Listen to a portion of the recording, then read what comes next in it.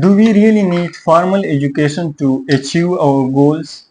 Let me make that intuitive. Well, first of all, I will say it depends. It depends on the type of the students and the type of the teachers. Fundamentally, I divide the students into three categories and all the difference come down into curiosity. In first category, there are the most curious people. They are the scientists. They look at the process and they ask the question like why this happened the way it does. Like when Isaac Newton was looking at the apple, he asked the question why it fell down. And this simple question leads to great breakthroughs in the science and educational system. So they really not need the educational system, but the educational system needs them.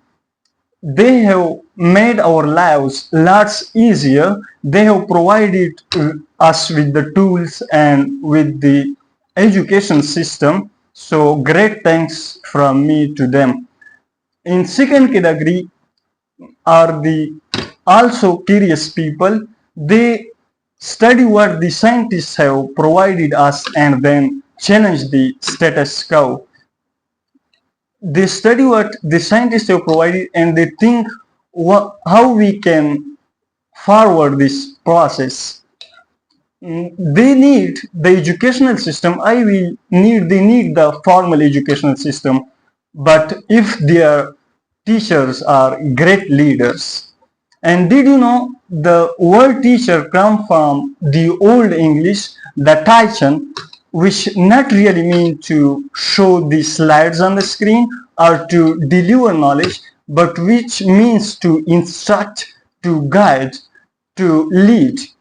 And by leadership, I mean there are two type of leadership: the people-oriented leadership and the task-oriented leadership. If your teacher has both these qualities, this is the best option for you to boost your efficiency for achieving your goals. In people-oriented leadership is related to characters, like the students should show a great willing for the teacher to take their collaboration for achieving of their goals. A single word can change the student life in positive or negative direction due to people-oriented leadership of a teacher. The task-oriented leadership is related to how the teacher illustrate the rules to the students, how they guide their students to achieve the goal in the most best and in the most efficient way. Let me give two examples of the task-oriented leadership.